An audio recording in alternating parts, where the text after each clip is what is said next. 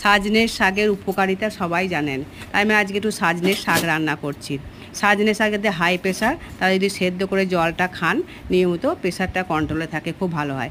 আমারও high pressure, আমি প্রতিদিন তো সাজনের শাক পাই না, তাই যেদিন পাই আমি সেদিনকে একটু করে খেয়ে নিই, ভাজা করে খেয়ে নিই, জলটা খেতে পারি না।